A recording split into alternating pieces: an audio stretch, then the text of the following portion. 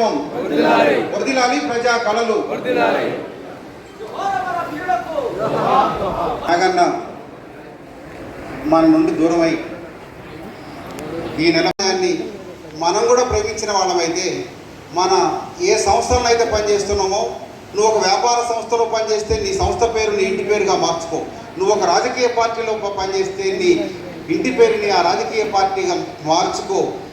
అట్లా అరుణోదయ నాగన్నలాగా ఇంటి పేరుని పేరుకు ముందున్న ఇంటి పేరుని పేరు తర్వాత ఉన్న తోకల్ని కూడా తీసేసుకుంటే నాగన్న ఆశయాన్ని సాధిస్తాం అని మనం ఇంతకుముందు ఏదైతే నినాదాలు ఇచ్చామో సాధిస్తామని ఉట్టికినే ఒకరు అనగానే మిగతా వాళ్ళు కోరసీయడం కాదు, ఆచరణాత్మకంగా సాధించాల్సిన అవసరం ఉన్నది.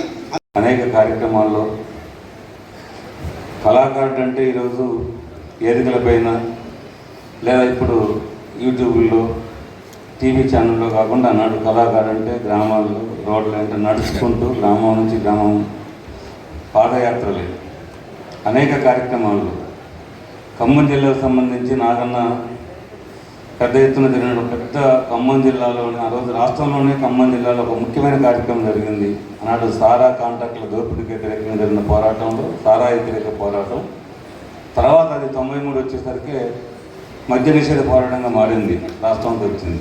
ఆ పోరాటం ముందు ఖమ్మంలో జరిగినప్పుడు గ్రామాన జరిగిన పోరాటంలో నాగన్న తను కళాకారుడుగా అనేక మంది కళాకారుల బృందాన్ని ఏర్పాటు చేసుకొని కొన్ని వందల గ్రామాలు, అట్లాగే వ్యవసాయ కార్మికుల కూలి పోరాటాలు, అట్లాగే పాలేరుల జీతాలు పెంపు పొందిన పోరాటాలు, ఇంకా ఏజెన్సీ ప్రాంతాల్లో తునికాకు పోరాటాలు, పోడు భూముల పోరాటంలో, అంటే కళాకారుడు అంటే ప్రజా ఉద్యమాల్లో ప్రజలతోటి ప్రజలు చేసే పోరాటంలో ప్రత్యక్షంగా పాల్గొని అక్కడ అరెస్టులు అయ్యి లాంటి దెబ్బతిని కొన్ని సందర్భాల్లో పోలీస్ స్టేషను జైలుకు కూడా వెళ్ళిన ఘటనలు నాగన్న ప్రత్యక్షంగా చేసినటువంటి పాత్ర అది. నాగన్న పెద్దగా చదువుకోలేదు, చాలామంది ఆయన జీవితం గురించి రాశారు.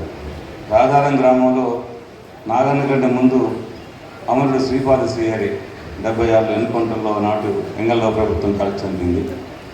ఆయన కళాకారుడు. ఆ ఊళ్ళో మసూదన్ రెడ్డి గారు, రామరెడ్డి నాగన్న కంటే ముందు కళాకారులు ఆ గ్రామంలో. వాళ్ళ స్ఫూర్తితోటి నాగన్న తర్వాత ఎమర్జెన్సీ తర్వాత ముందుకు వచ్చాడు.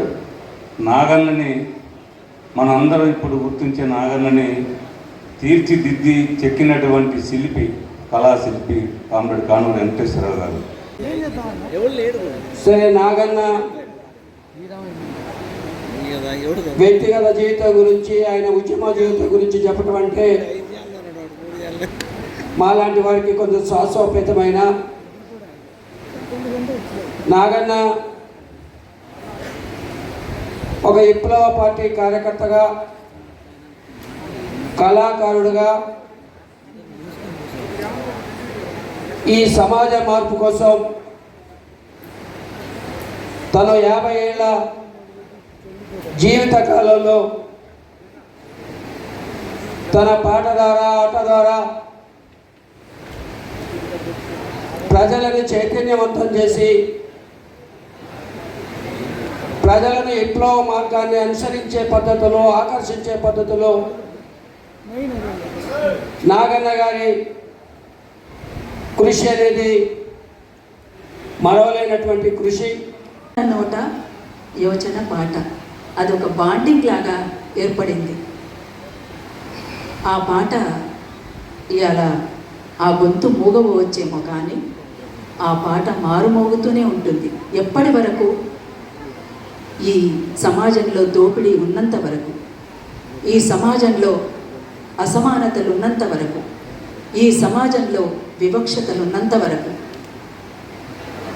ఆ ప్రతిఘటనలో తప్పకుండా కామ్రేడ్ నాగన్న బతికే ఉంటాడు. ఆ పాట మారు మోగుతూనే ఉంటుంది. అది బతికించాలి ఉన్నవాళ్ళమంతా.